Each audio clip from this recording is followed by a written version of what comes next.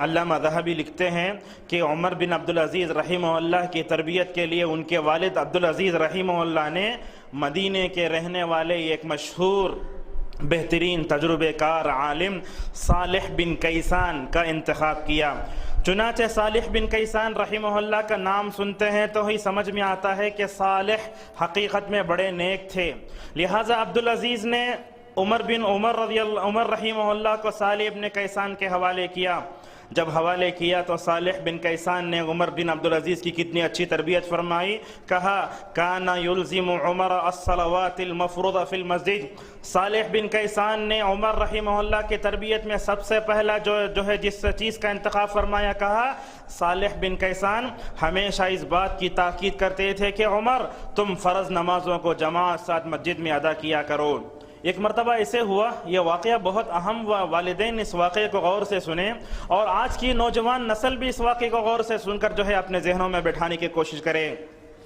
ایک مرتبہ عمر رحمہ اللہ مسجد کو آتے آتے دیر کر دیا۔ جب دیر سے آئے تو صالح بن کیسان نے پوچھا کیا بات تھی کہ آج مسجد میں تم دیر سے آئے؟ تو کہنے لگے عمر رحمہ اللہ کہ آج میں اپنے بال کو ذرا درست کر رہا تھا، جس کی وجہ سے جو ہے مجھے مسجد میں دیر سے آنا پڑا۔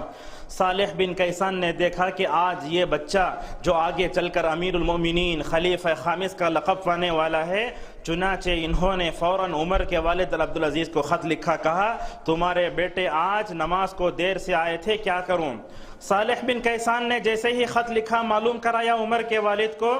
تو کیا کیا ان کے والد نے فبعث ابوہ رسولا فلم یکلمہ حتی حلق رأسہ۔ عبدالعزیز رحمہ اللہ جو عمر کے والد تھے، انہوں نے کسی سے بات نہیں کی، صالح بن کیسان نے بھی اس سے کچھ بھی بات نہیں کی، عمر سے بھی کوئی وجہ دریافت نہیں کی، بلکہ ایک آدمی کو بھیجا جو مدینہ پہنچا اور فوراً جو ہے عمر بن عبدالعزیز رحمہ اللہ کے سر کو منڈوا دیا گیا۔ معزز حاضرین، آج کی نوجوان نسل کو ہم دیکھتے ہیں کہ وہ بالوں کی زیب و زینت میں اپنا سارا وقت کھپاتی ہے، اور یہاں خواتین اسلام بھی میں ان سے کہنا چاہوں گا کہ آج امت مسلمہ میں کتنی ایسی جاہل خواتین ہیں جو اپنے اخلاق کو خوبصورت بنانے کے بجائے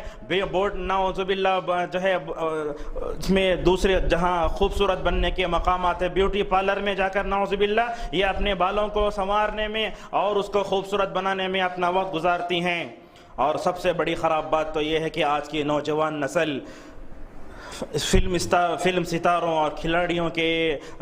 طرز پر بال رکھنے میں بڑا فخر محسوس کرتی ہے، نعوذ باللہ۔ تو سمجھ میں آیا انسان کو اپنے بالوں کی زینت پر توجہ دینا چاہیے، لیکن ایسی توجہ نہیں کہ بندہ نماز سے جو ہے غافل ہو جائے، ایسی توجہ نہیں کہ انسان مقصد زندگی کو بھول جائے۔ تو دیکھیے سلف صالحین تربیت میں اتنے باریکی سے کام لیتے تھے، رتی برابر بھی اگر نماز میں جو ہے کوتاہی ہوئی فوراً جو ہے اس کی راہ میں آنے والی رکاوٹوں کو مکمل طور پر دور کر دیا کرتے تھے۔